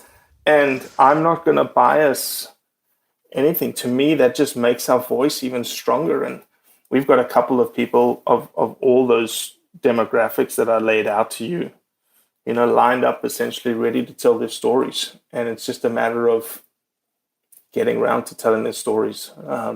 It's not an easy answer. I know that wasn't a great answer to your question. No, that was a great answer, man. That was a great answer. But to me, it's just getting their voice out there. Like, being able to see people of color on, I don't know if it'll be TV, because TV is, we all know TV is probably dying very quickly. I don't know. But to us, all I can control is Blood Origins. And Blood Origins will continue to showcase the diversity, and I'll just say of everything, of everything. Yeah, I think it. If hunting can become a mirror for people to, see themselves, I think that's ultimately the best we can do. And to your point, I would completely agree. We're in the position we're in. We're 95% male on this program, 95% white male, I think it is. That's not intentional, but we certainly can start by acknowledging that and saying, hey, we have to move this forward. We can't sit around and stew on where we are currently, just like this country has done throughout its history. We have to move forward with pride and move forward with conviction that we know. I think your story personally shows people, and I think mine as well, it just shows people that hunting, there's something about hunting that converts people to this full-on passion for the worldview. Because it brings in so much, right? It brings in so many other passions and so many other knowledge bases and so great relationships with people. And so that passion that you have, and that I certainly have, that we share, is in itself, I think, an important thing to recognize. Like, people love skiing, but do they love skiing as much as you and I love hunting? I'm not sure. I'd probably say no. I don't know. I mean, I met everybody that skis, but hunting just has a certain pull to it for me. Yeah. I think to your question, one of the things, and I haven't thought about the answer like you asked me to, but we have thought about how we do it. And one of the things that we've built in Blood Origins is this mechanism by which we can implement. One of the reasons why we're going to stay very nimble and very flexible is that we can implement we call them conservation projects, but really the documentaries, they're resource specific projects, they're community-based hunter enrichment projects. But one of the projects that we're putting on the slate in 2021, and I'm working on fundraising for it, is I want to have a pool of money in which because the social media space, especially in Instagram, is such a dynamic space, and the tentacles of who you interact with is outstanding. You felt it, everyone's felt it. It's an amazing little community. And when you can harness the power of that community, wonderful things can happen. So we obviously have a lot of people that we interact with, number one. We have a lot of outfitters and people that have private land that we interact with. So we want to have a pool of money by which when people get touched by a non-hunter, whether it's a black guy, a female, whatever it is, we want the people of our audience and our community and our sphere to know that immediately they reach out to us. And say it's California, and an urban guy out of LA has reached out to someone and has said, I'm interested in hunting. I see that you hunt. Immediately they turn around to us and they say, hey, we've got someone. We obviously do the vetting. We do all the things that we need to do to make sure that this is legit. And we put in place a mentor. And I don't know if we'll get into the whole gear thing. I don't think we will. But if gear's needed, we'll go find the gear. And what we do is we pay for that experience. And what I've just said is not new, Ben. That happens all the time. Hear me for what I'm saying. I'm not reinventing the wheel there. But what we do differently is that we purposely are going to story tell the hell out of it. Is that we're going to build this beautiful piece of documentary footage around that individual and their experience. We're going to purposely understand why they decided to go from a non-hunter to a hunter. And all of that content will then get pushed out into the space to show non-hunters this is who we are. And it'll be a diversity of people. So that's what we want in 21, is just to have this ability to be super flexible and pick up someone in Maryland or pick up someone in California or pick up someone wherever it is and just say, okay, yeah, we've got the place, we've got the person, let's do it. We've got the production crew on the ground, which is another thing. We're not building a beast at Blood Origins. What we like is we like to hire the best cameramen out there, the best cinematographers out there, and let them go to work. Let them do what they do best. And we just mold them to, what we are trying to translate out the end of the camera. And so far, so good. Well, I think, like I said earlier, passion for the sake of passion, storytelling for the sake of storytelling is, I would say, rare in this day and age. And that's a tough thing for me to say. It's been hard for me, in my career as a journalist. Thank God for this podcast. It's tough for me in my career to find a place where I felt comfortable to tell stories and to take risks and to be passionate in my own way. It's been tough for me to find that place, and you have it, man. Passion for the sake of passion is a powerful thing wherever it's applied, and certainly in the hunting community, there's lots of space for it. So anybody listening, I would encourage you to go check out Blood Origins, go check out Robbie and all the things that he does. I certainly think for something to grow organically like you have is a testament to the message, and that people are looking for their why and looking to hear other people's perspective. So I really appreciate you coming on, man, and sharing what you have. And hopefully your whiskey's just about done, because let me finish last sip of the old my whiskey was done Templeton like 15 minutes ago. So I was like, am I going to stop this recording and tell him I need to go get a refresher? That would have been okay. That's absolutely allowed on this program. It's not encouraged. I'm incredibly humbled. grateful that you reached out. And I'll just, leave one point is that, the folks that are listening or have listened thus far, the 2 or 3 people that are still hanging on at the end here, get involved with us. We're here to represent you. We want to hear from you. Reach out to us if you think you've got a thoughtful story about why you hunt. We want to hear it. This isn't, we don't just pick and choose. We tell everyone's why. And our desire is one day to have a YouTube playlist that has 1,000 This Is My Whys. We just want to convey the heart of who we are as hunters and who we are, that convey the truth really of what hunting does. So I just want to say thank you again, Ben. Oh, no, thank you, Robbie. And again, there's so much room in our industry and in our world and our community for what you do. And if we can add a little bit to that here, I'm happy and proud to do that, because I think it's important work all the way around. So thanks for hanging with us, and we'll catch up with you real soon, my man. Yes, sir. All right. See ya. See ya.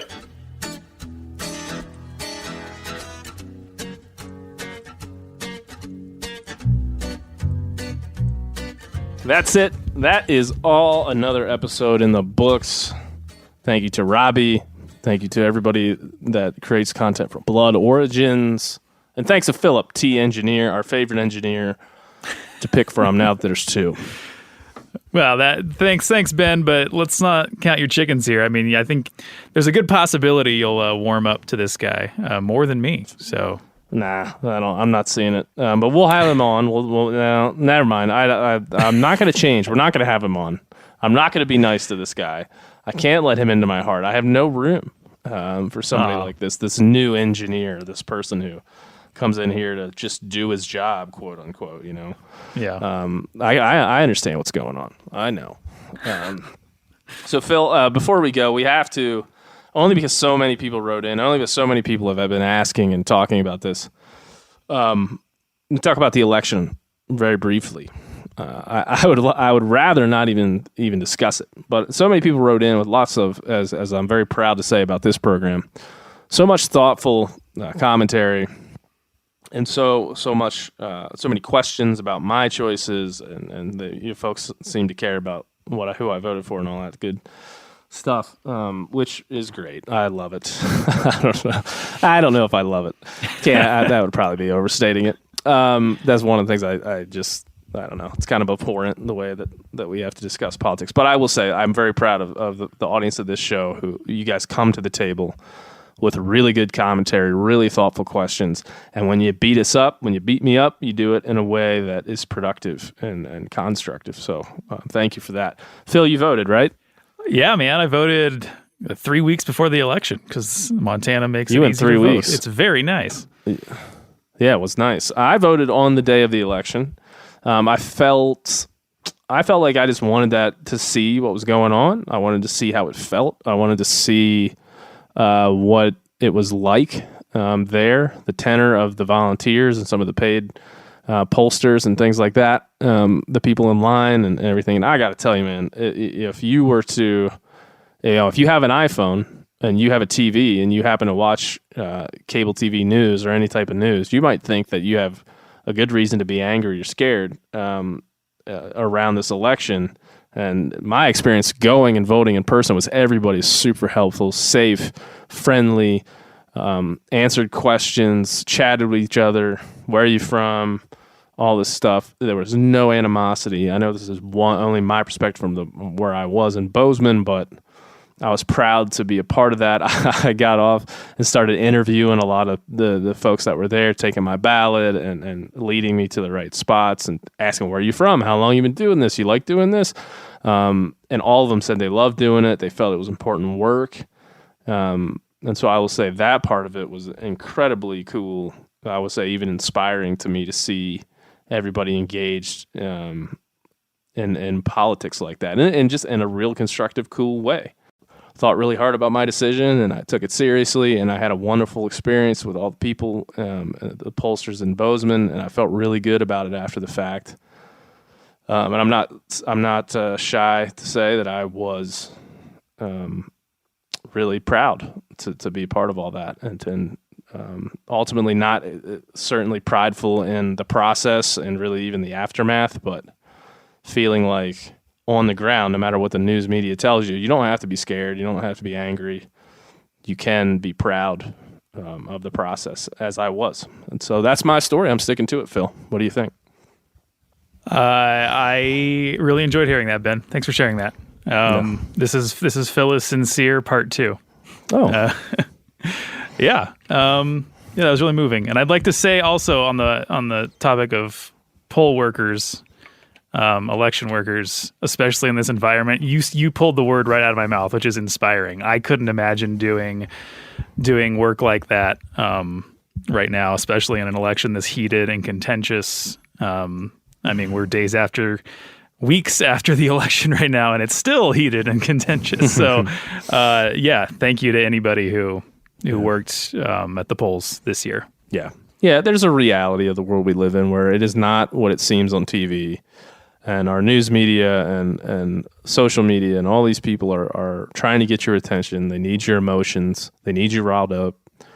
You know, maybe some of it's true. Most of it just isn't. And when you look on the ground level and you look around yourself and talk to the people around you and act pragmatically and show that you care about our nation and our democracy, it should be okay to vote for whomever you'd like. And I'll tell you, when I said I was going to vote for Trump publicly on my Instagram, so many people just couldn't understand how I could even possibly approach that option. And all I would say to those people is, hey, look, man, 70 plus million people voted for that guy. They can't all be lunatics.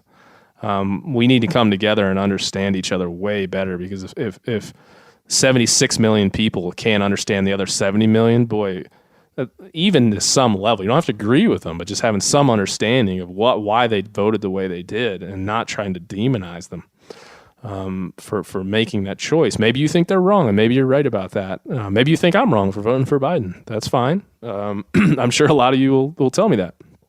You'll call me names and things like that. That's fine. But those are my thoughts, man, and we'll move on, and hopefully our country can calm down and come together and try to find ways to appreciate each other in our day-to-day lives. And that's hopefully will leave you guys on a really good note. I'm going to go back to bed and have a hot toddy, and hopefully I don't have the COVID. I'll let you guys know next week. All right. I really like this. I really like this new series you have going on, which is every month or two, Ben thinks he might have COVID, and then the listeners are on the edge of their seats to find out next week. Does Ben have COVID? Have COVID. Ben's, I'm right now in my underwear, sweating in the bedroom, quarantined for my children. You're going to love it. Next week on The Hunting Collective. All right, Phil, you tell everybody bye. Be sincere. Goodbye, everybody. Bye-bye. Too long, 'cause I can't go a week without doing wrong.